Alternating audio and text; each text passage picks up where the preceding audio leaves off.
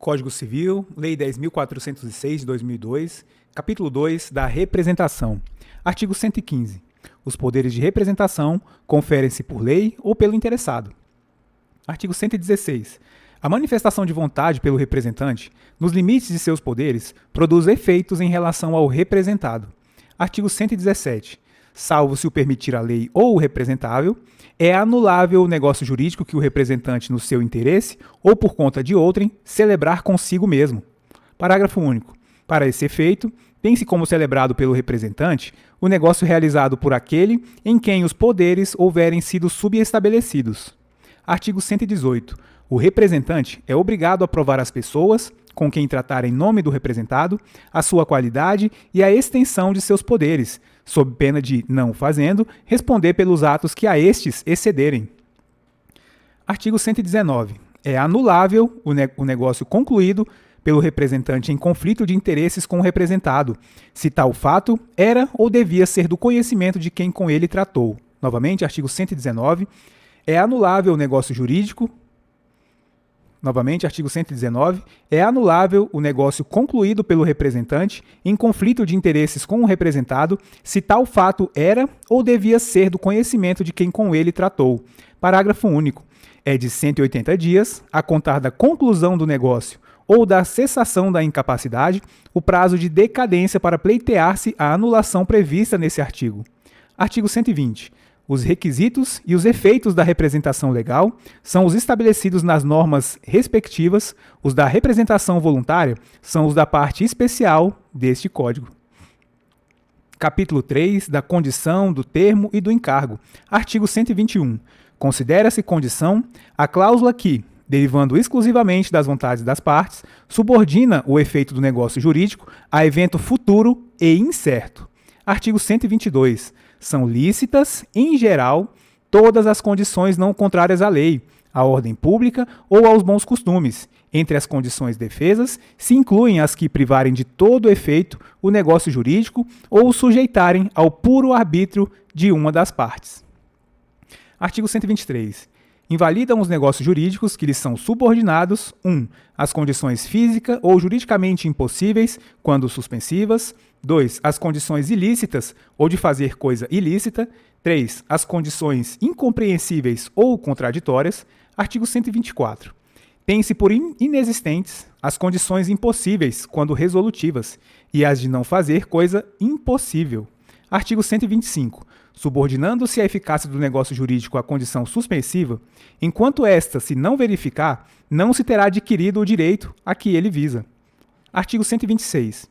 Se alguém dispuser de uma coisa sob condição suspensiva e pendente esta, fizer quanto àquela novas disposições, estas não terão valor, realizada a condição, se com ela forem incompatíveis. Artigo 127. Se for resolutiva a condição, enquanto esta se não realizar, vigorará o negócio jurídico, podendo exercer-se desde a conclusão deste o direito por ele estabelecido. Artigo 128. Sobrevindo a condição resolutiva, extingue-se para todos os efeitos o direito a que ela se opõe, mas, se oposta a um negócio de execução continuada ou periódica, a sua realização, salvo disposição em contrário, não tem eficácia quanto aos atos já praticados, desde que compatíveis com a natureza da condição pendente e conforme aos ditames de boa-fé. Artigo 129. Reputa-se verificada, quanto aos efeitos jurídicos, a condição cujo implemento for maliciosamente obstado pela parte a quem desfavorecer, considerando-se, ao contrário, não verificada a condição maliciosamente levada a efeito por aquele a quem aproveita o seu implemento. Artigo 30. Ao titular do direito eventual, nos casos de condição suspensiva ou resolutiva, é permitido praticar os atos destinados a conservá-lo. Artigo 131. O termo inicial suspende o exercício, mas não a aquisição do direito. Artigo 132. Salvo disposição legal ou convencional em contrário, computam-se os prazos, excluído o dia do começo e incluído o dia do vencimento. Novamente, artigo 132. Salvo disposição legal ou convencional em contrário, computam-se os prazos, excluído o dia do começo e incluído o do vencimento. Parágrafo 1º.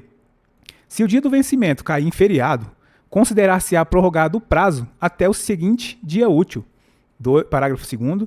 Meado considera-se em qualquer mês o seu 15º dia. Parágrafo 3º. Os prazos de meses e anos expiram no dia de igual número do de início ou no imediato se faltar exata correspondência. Parágrafo 4º. Os prazos fixados por hora contar-se-ão de minuto a minuto. Artigo 133. Nos testamentos, presume-se o prazo em favor do herdeiro e nos contratos em proveito do devedor, salvo quanto a estes, se do teor do instrumento ou das circunstâncias resultar que se estabeleceu a benefício do credor ou de ambos os contratantes. Artigo 134. Os negócios jurídicos entre vivos, sem prazo, são exequíveis desde logo, salvo se a execução tiver de ser feita em lugar diverso ou depender de tempo. Artigo 135. Ao termo inicial e final, aplicam-se, no que couber, as disposições relativas à condição suspensiva e resolutiva. Artigo 136. O encargo não suspende a aquisição nem o exercício do direito, salvo quando expressamente imposto no negócio jurídico pelo disponente, como condição suspensiva. Artigo 137. Considera-se não escrito o encargo ilícito ou impossível, salvo se constituir o motivo determinante da liberalidade, caso em que se invalida o negócio jurídico. Capítulo 4. Dos efeitos do negócio jurídico. Seção 1. Do erro ou ignorância. Artigo 138.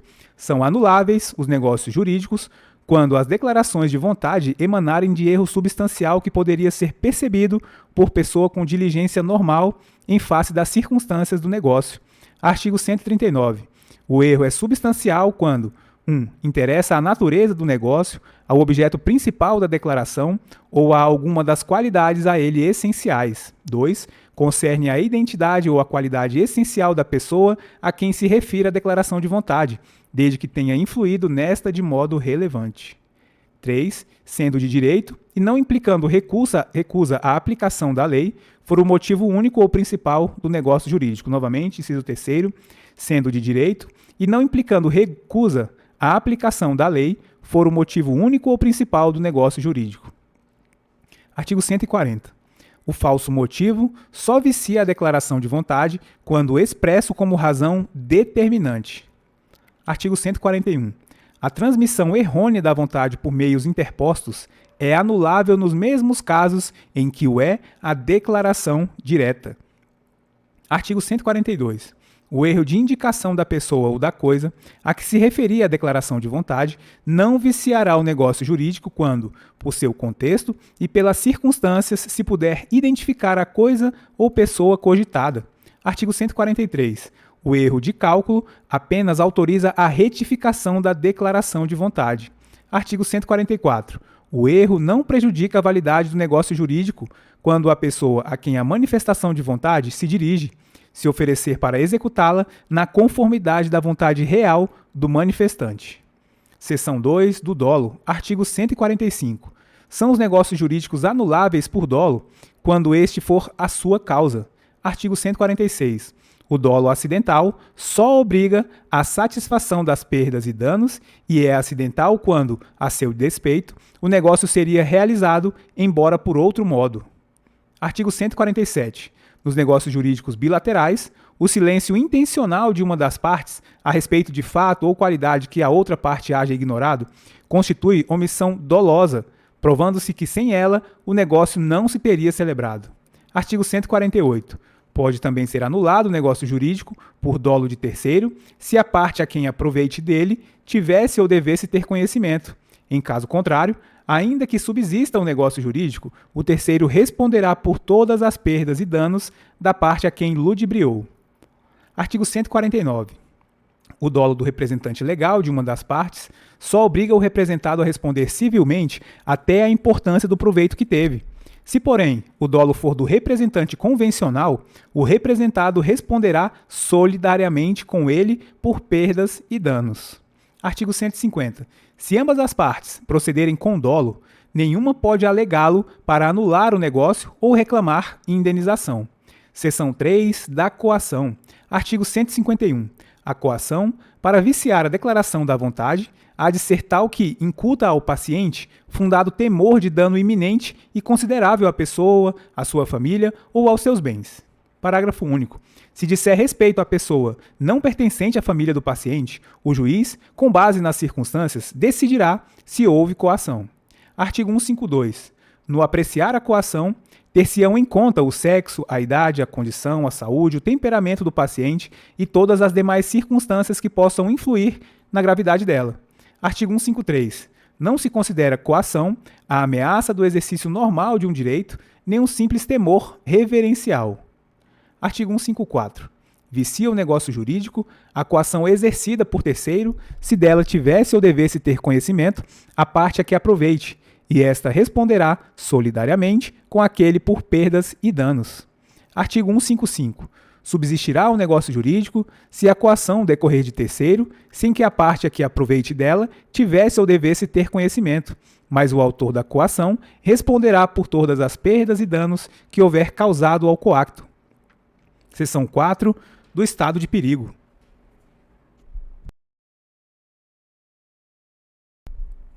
Artigo 156. Configura-se estado de perigo quando alguém, premido da necessidade de salvar-se, ou a pessoa de sua família de grave dano conhecido pela outra parte, assume obrigação excessivamente onerosa. Parágrafo único. Tratando-se de pessoa não pertencente à família do declarante, o juiz decidirá segundo as circunstâncias. Seção 5 da lesão. Artigo 157. Ocorre a lesão quando uma pessoa, sob premente necessidade ou por inexperiência, se obriga à prestação manifestamente desproporcional ao valor da prestação oposta. Parágrafo 1º. Aprecia-se a desproporção das prestações segundo os valores vigentes ao tempo em que foi celebrado o negócio jurídico. Novamente, parágrafo 1º. Aprecia-se a desproporção das prestações segundo os valores vigentes ao tempo em que foi celebrado o negócio jurídico. Parágrafo 2º. Não se decretará a anulação do negócio se for oferecido suplemento suficiente ou se a parte favorecida concordar com a redução do proveito. Seção 6 da fraude contra credores. Artigo 158. Os negócios de transmissão gratuita de bens ou remissão de dívida, se os praticar o devedor já insolvente ou por eles reduzido à insolvência, ainda quando o ignore, poderão ser anulados pelos credores quirografários, como lesivos dos seus direitos. Parágrafo 1º. Igual direito assiste aos credores cuja garantia se tornar insuficiente. Parágrafo 2º. Só os credores que já o eram ao tempo daqueles atos podem pleitear a anulação destes. Artigo 159. Serão igualmente anuláveis os contratos onerosos do devedor insolvente quando a insolvência for notória ou houver motivo para ser conhecida do outro contratante. Novamente, artigo 159. Serão igualmente anuláveis os contratos onerosos do devedor insolvente quando a insolvência for notória ou houver motivo para ser conhecida do outro contratante. Artigo 160. Se o adquirente dos bens do devedor insolvente ainda não tiver pago o preço e este for aproximadamente o corrente, desobrigar-se-á, depositando-o em juízo, com a citação de todos os interessados. Parágrafo único. Se inferior o adquirente para conservar os bens, poderá depositar o preço que lhes corresponda ao valor real. Artigo 161. A ação, nos casos dos artigos 158 e 159, poderá ser intentada contra o devedor insolvente, a pessoa que com ele celebrou a estipulação considerada fraudulenta, ou terceiros adquirentes que hajam procedido de má-fé. Artigo 152. O credor quirografário, que receber do devedor insolvente o pagamento da dívida ainda não vencida, ficará obrigado a repor, em proveito do acervo, sobre que se tenha de efetuar o concurso de credores aquilo que recebeu. Artigo 163. Presumem-se fraudatórias dos direitos dos outros credores as garantias de dívidas que o devedor insolvente tiver dado a algum credor. Novamente, artigo 163. Presumem-se fraudatórias dos direitos dos outros credores as garantias de dívidas que o devedor insolvente tiver dado a algum credor. Artigo 164. Presumem-se, porém, de boa-fé e valem os negócios ordinários indispensáveis à manutenção de estabelecimento mercantil, rural ou industrial ou à subsistência do devedor e de sua família. Artigo 165. Anulados os negócios fraudulentos, a vantagem resultante reverterá em proveito do acervo sobre que se tenha de efetuar o concurso de credores. Parágrafo único. Se esses negócios tinham por único objeto atribuir direitos preferenciais mediante hipoteca, penhor ou anticrese, sua invalidade importará somente na anulação da preferência ajustada.